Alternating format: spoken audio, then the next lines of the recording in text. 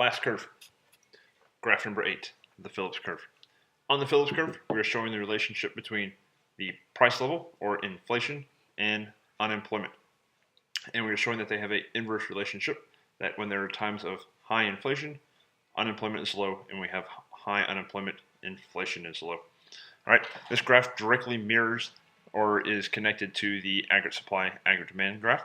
Because remember, that one had price level and production being tied to GDP and unemployment. All right, so because they are linked, you can when you move one thing on the aggregate supply, aggregate demand graph, you can show that on this graph. And here's how: by shifting aggregate demand, you're going to be moving along the line of the SRPC, or short run Phillips curve. Why? Because by shifting aggregate demand, you are changing price level and unemployment in opposite directions. So you can show that that's the inverse relationship. When you shift aggregate supply, when you change productivity, you're changing the whole line, and they move in opposite directions. So if you shift aggregate supply to the right, that's an increase in aggregate supply. Price level goes down, productivity goes up, which means unemployment also goes down. Well, if there's a decrease of anything, you shift this curve. That's a decrease, that's a shift to the left, so you would shift this curve to the left.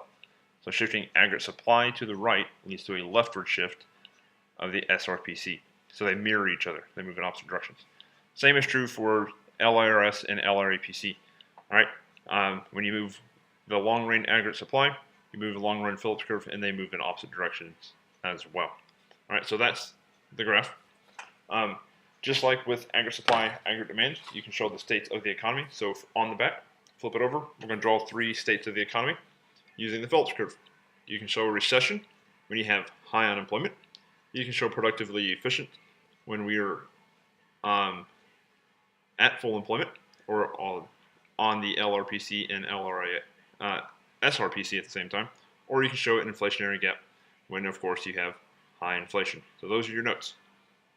All right, congratulations. You now have all 8 major graphs on one page with a few notes on the back. Very key in studying. These graphs are key to the test. They will help you unlock the mystery of the AP macroeconomics test. Good luck.